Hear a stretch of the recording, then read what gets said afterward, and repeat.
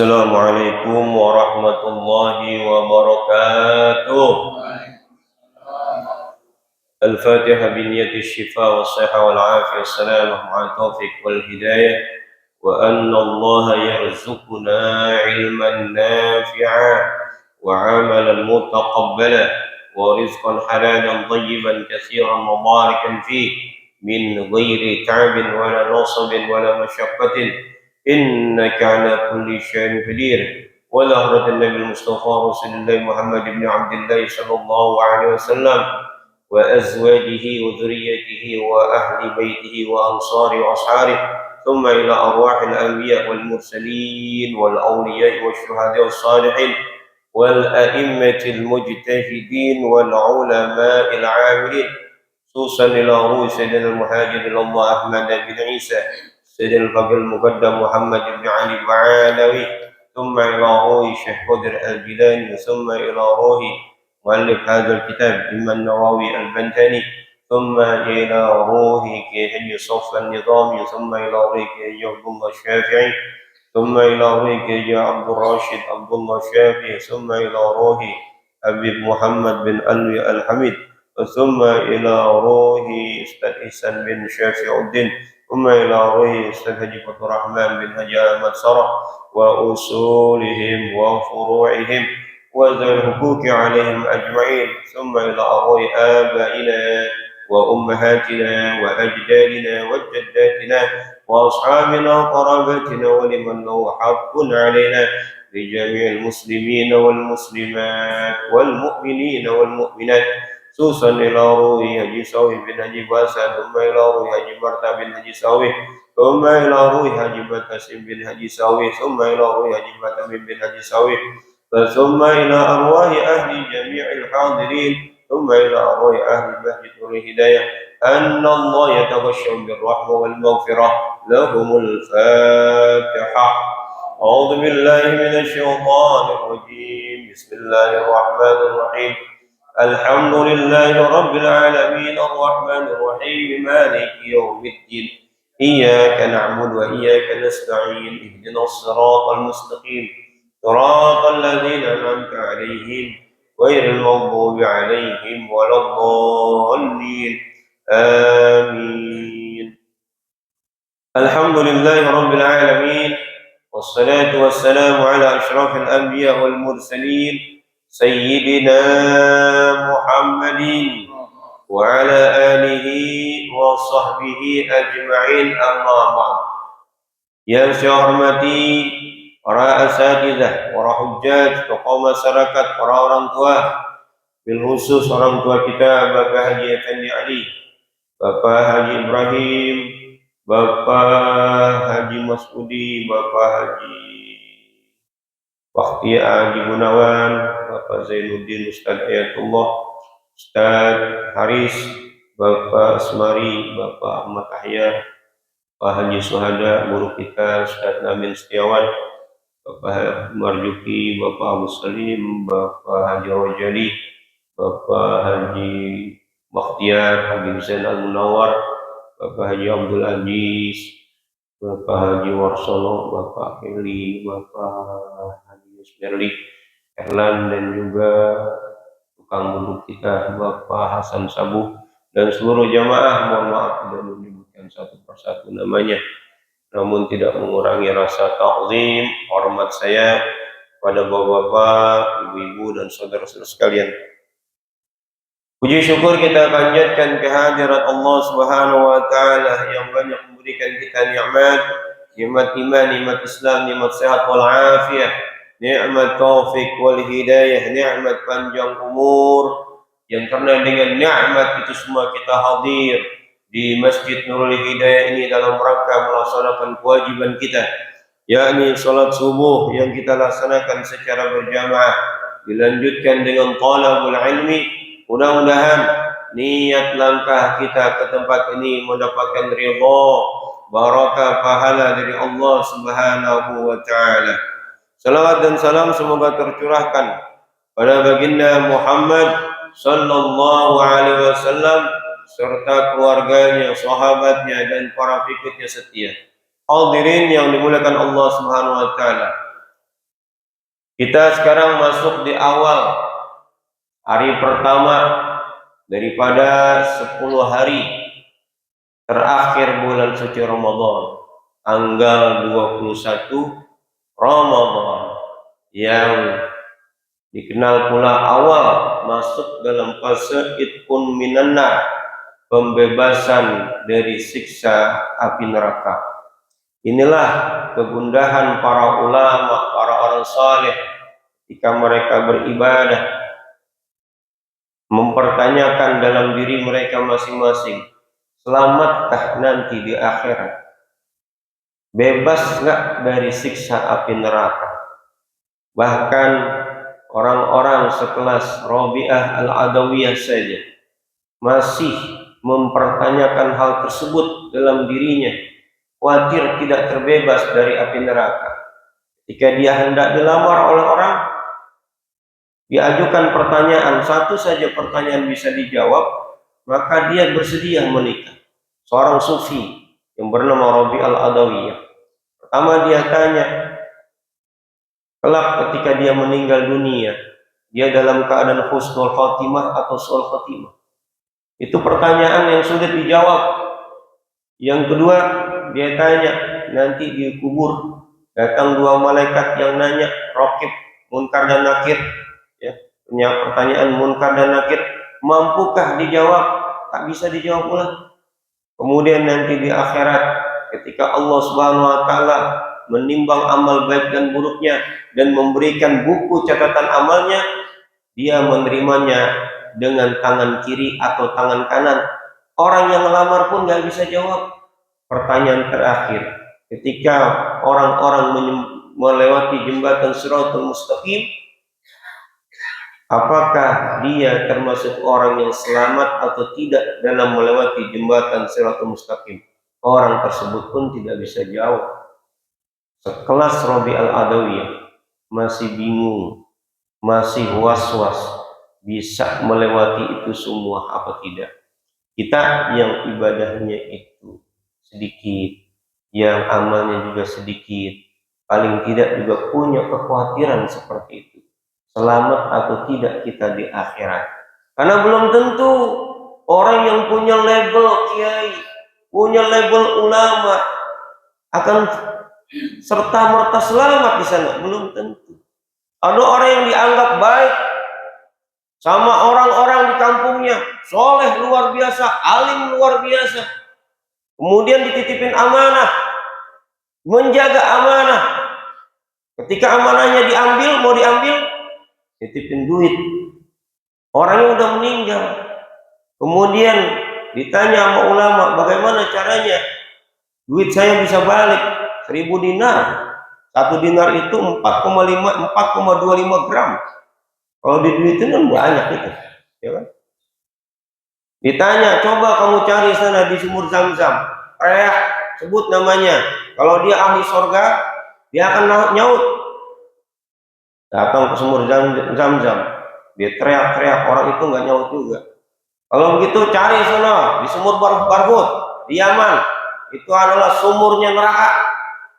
Begitu di ke Yaman, ke sumur Barhut, dia teriak manggil namanya, nyaut.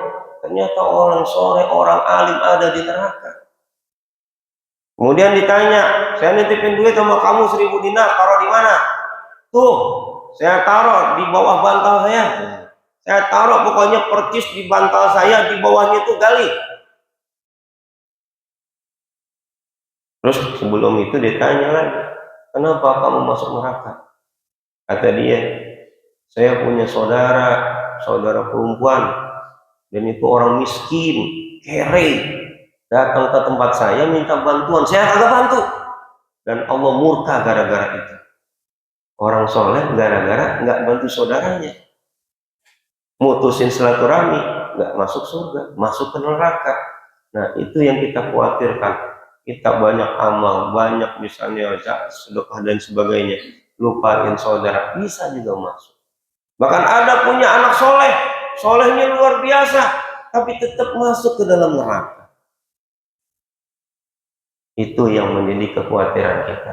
Mudah-mudahan di itkun minar ini, di fase terakhir ini, kita bisa memanfaatkan sebaik-baiknya usia kita, menjalankan ibadah Ramadan dengan sebaik-baiknya, mengisi Ramadan dengan sebaik-baiknya, terutama menggapai malam Lailatul Qadar, satu malam yang lebih baik dari 1000 bulan. Dimulainya tadi malam, ya, tadi malam, ya. Maka ada yang nanya, itu masjid dikunci nggak pintunya? Nggak dikunci, cuman nggak bisa masuk.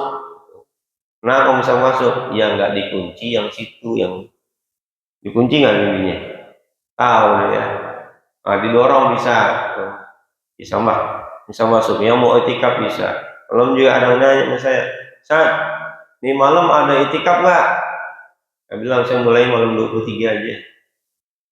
Malam 23, malam saya pulang malam, sholat tarawihnya di rumah, ya. Tapi tetap sholat tasbih.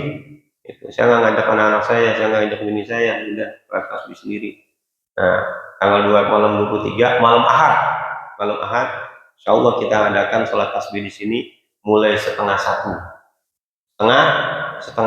kita mulai. Kenapa malam 23?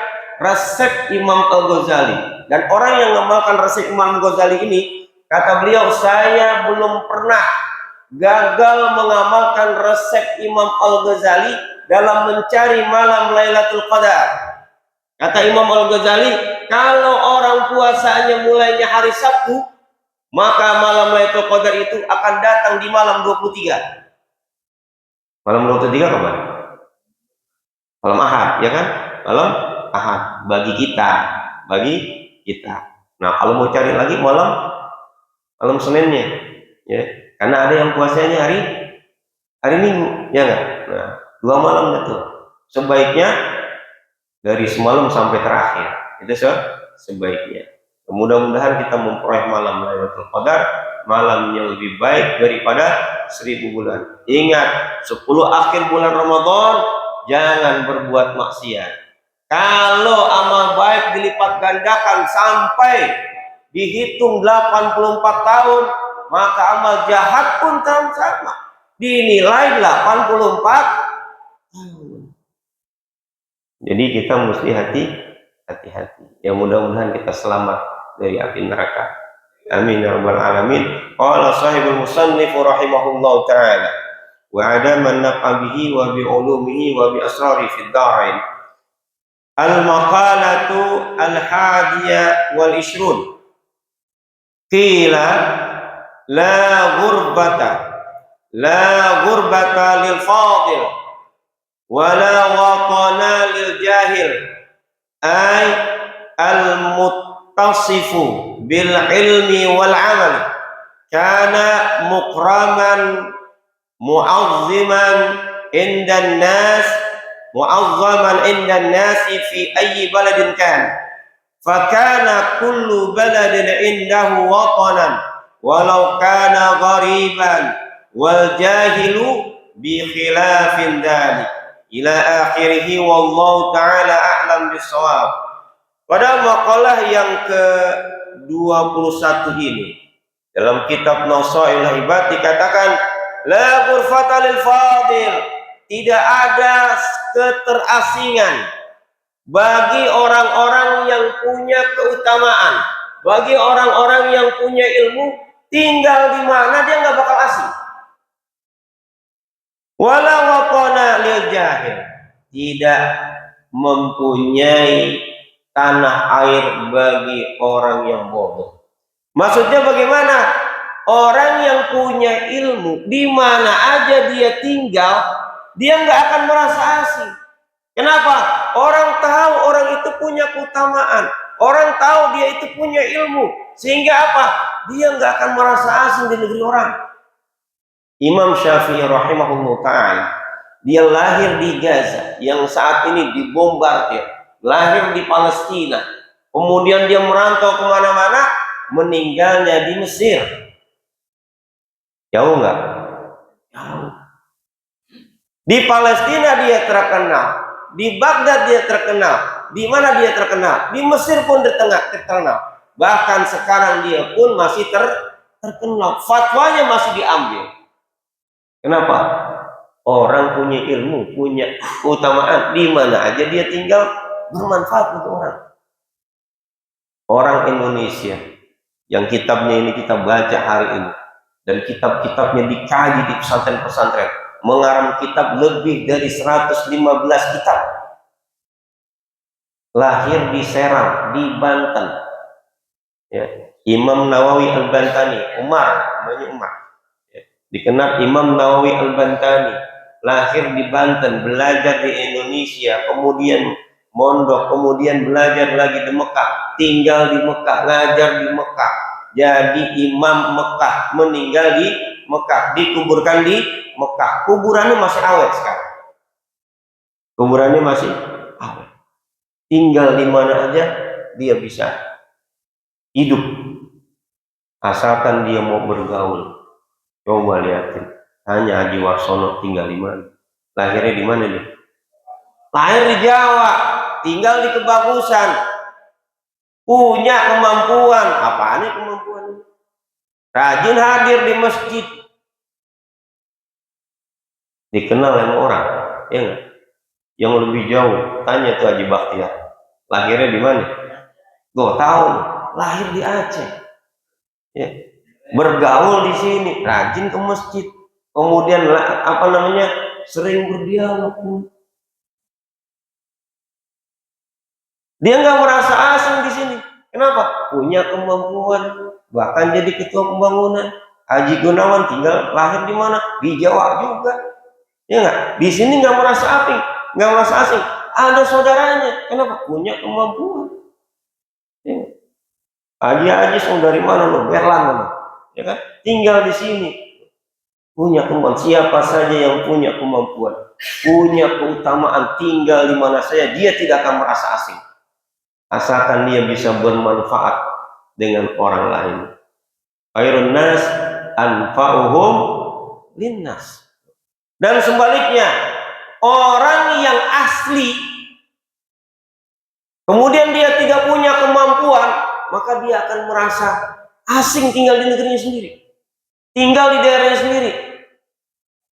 Ya, contohnya, ini masjid udah cakep, ya nggak? Ber-AC, adem, tinggal di Kebagusan, udah tahu, udah berubah musola jadi masjid, kagak pernah datang ke masjid. Begitu meninggal misalnya, Sanoh bin Sanoh meninggal, mau disolatkan di masjid. Lah orang pada nanya, siapa tuh? Ini orang asli sini. Lah banyak yang nggak kenal. Kenapa? Nggak pernah datang ke masjid. Datang ke masjid lagi mau disolatin. Udah gitu songong lagi datang ke masjid. Orang biasa datang ke masjid itu belakangan, dia langsung dari depanin imam lagi. Iya. Langsung di mana? Taruh di depan, imamnya kan di belakang, ya. Jangan kayak begitu. Kita pun tinggal di sini, asli di sini, ramain di sini. Ya. Jangan sampai ini masjid udah besar, masjid udah keren, masih juga nggak mau datang ke masjid. Apa harus kita kasih hadiah setiap orang yang datang ke masjid pulang bawa minyak seliter? Boleh ya? Iya. Emang mau yang begitu ya? Iya. Saya pengen jadi donatur kayak begitu, ada nggak ya? Boleh tuh. Setiap orang yang sholat subuh, nggak usah banyak ya. Sholat subuh. Kapan? Setiap sholat subuh Jumat. Berjamaah dapat minyak seliter.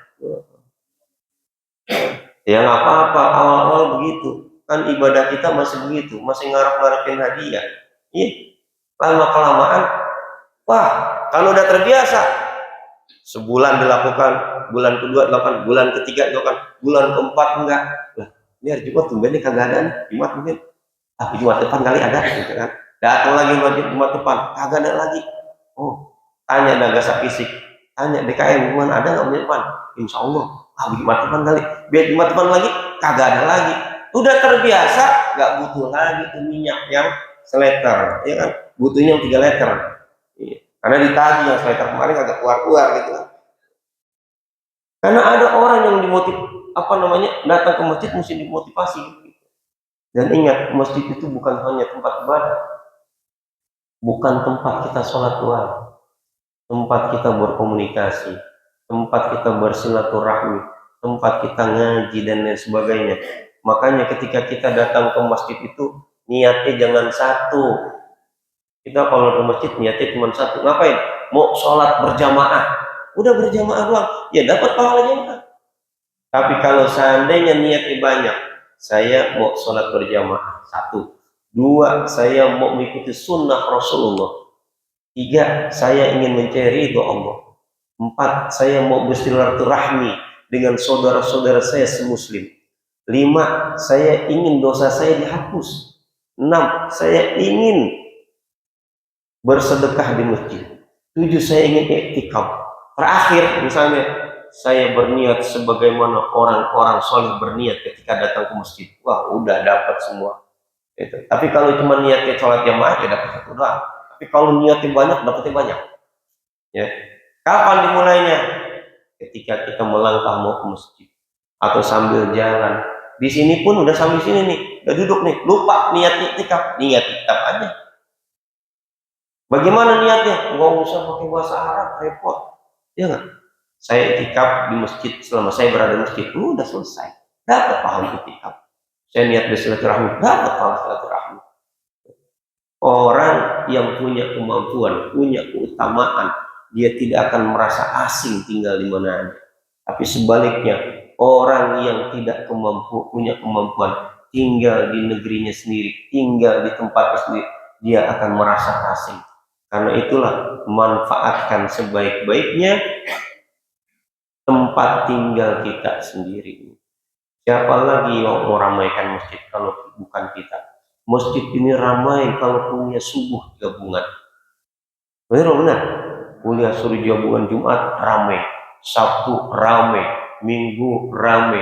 Tapi kalau biasa-biasa, cuman sampai segitu. Tapi alhamdulillah, ya, saya pernah keliling-keliling, ya, cobain membandingkan masjid mana yang paling ramai. Ya, pernah lihat? Kalau saya misalnya kemalaman, lihat sholat isya misalnya, lihat sholat isya mulai dari sana cuman berapa orang. Ke Al-Makmur apalagi yang depannya kebun itu kan, iya, kagak ada orang. Tapi begitu ngelihat di sini, masya Allah, sampai 15 baris, sampai berapa? 5 baris. Bahkan saya pernah dialog dengan para asatiz yang dia ngajar di masjid-masjid. Kata dia, kalau saya ngajar di masjid itu paling 20 orang yang datang. Itu pun yang udah uzur semuanya, yang udah siap-siap gitu. Nah, udah kagak ada gitu. Tapi kalau di masjid Nurul Hidayah kata Ustaz, banyak yang datang. Oh, banyak yang datang. Malam Kamis banyak, malam Minggu banyak, alhamdulillah. Apalagi kalau saya informasikan di grup. Malam Kamis ini ada pengajian, santapannya soto. Oh. Banyak nggak? Banyak. Nggak apa-apa, ada motivasi ya nggak? Karena itulah, kalau kita tidak pengen terasing di tempat kita sendiri, jadilah orang yang bermanfaat, dan orang yang bermanfaat itu sudah pasti ya, dia akan dikenal oleh orang. Tujuan kita bukan dikenal sama orang ya, kita datang ke masjid itu biar suatu saat ada orang yang nyaksiin. Biasanya orang ketika meninggal kan disaksikan, Ishhadu anna hadzal mayyit min ahli khair. Kita saksikan orang ini termasuk orang baik. Tandanya orang baik gimana? Kalau udah didatang ke masjid, sering lihat di masjid, udah nggak usah ragu-ragu, min ahli khair, min ahli khair. Ya enggak? Urusan hati ini kita nggak tahu, urusan Allah. Ya enggak? Itu. Maka ngelihat sini, wah, si Allah sering ke masjid. Makanya saya kalau berikan kesaksian orang yang datang ke masjid, gampang. Orang ini sering datang ke masjid. Kesaksian dia jadi orang baik. Begitu orang itu jarang ke masjid, itu pasti kalimatnya bukan begitu. Mudah-mudahan, nggak pasti, kenapa? Takut. Mudah-mudahan ini orang min ahlil, oh ya, maka pandangin wajahnya yang datang-datang ke masjid.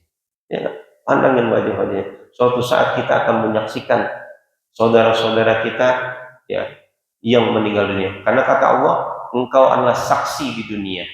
Kalau orang sudah bilang min al khair, insya Allah wajabat lahul jannah, baginya surga. Tapi kalau orang dibilang min ahlil dhair, ahli yang buruk, wajabat lahun nar, bagi mereka neraka. Ya, karena itulah banyak-banyak kita bergaul dengan orang-orang baik agar kita kecipratan jadi orang baik.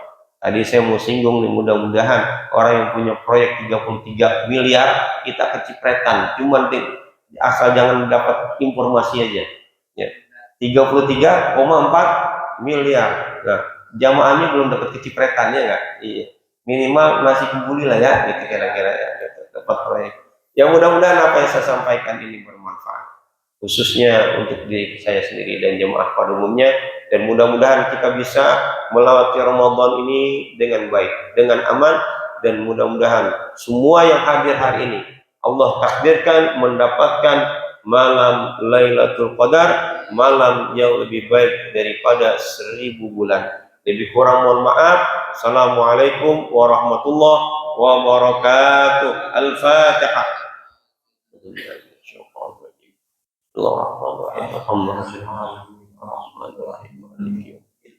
إياك نعبد وإياك نستعين اهدنا الصراط المستقيم صراط الذين أنعمت عليهم غير المغضوب عليهم ولا الضالين. Astagfirullahaladzim, astagfirullahaladzim, astagfirullahaladzim. Bismillahirrahmanirrahim. Alhamdulillahirabbil alamin. Allahumma shalli wa sallim ala sayyidina Muhammad wa ala ali sayyidina Muhammad. Allahumma zidna ilman wa zidna fahman.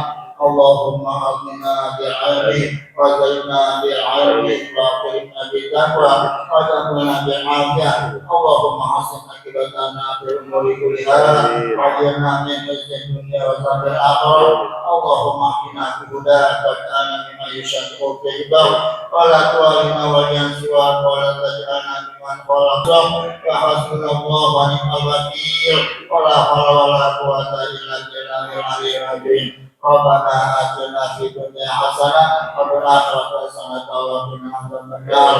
Wa sallallahu ala sayyidina wa ala alihi wa sahbihi ajma'in. Alhamdulillahirabbil alamin.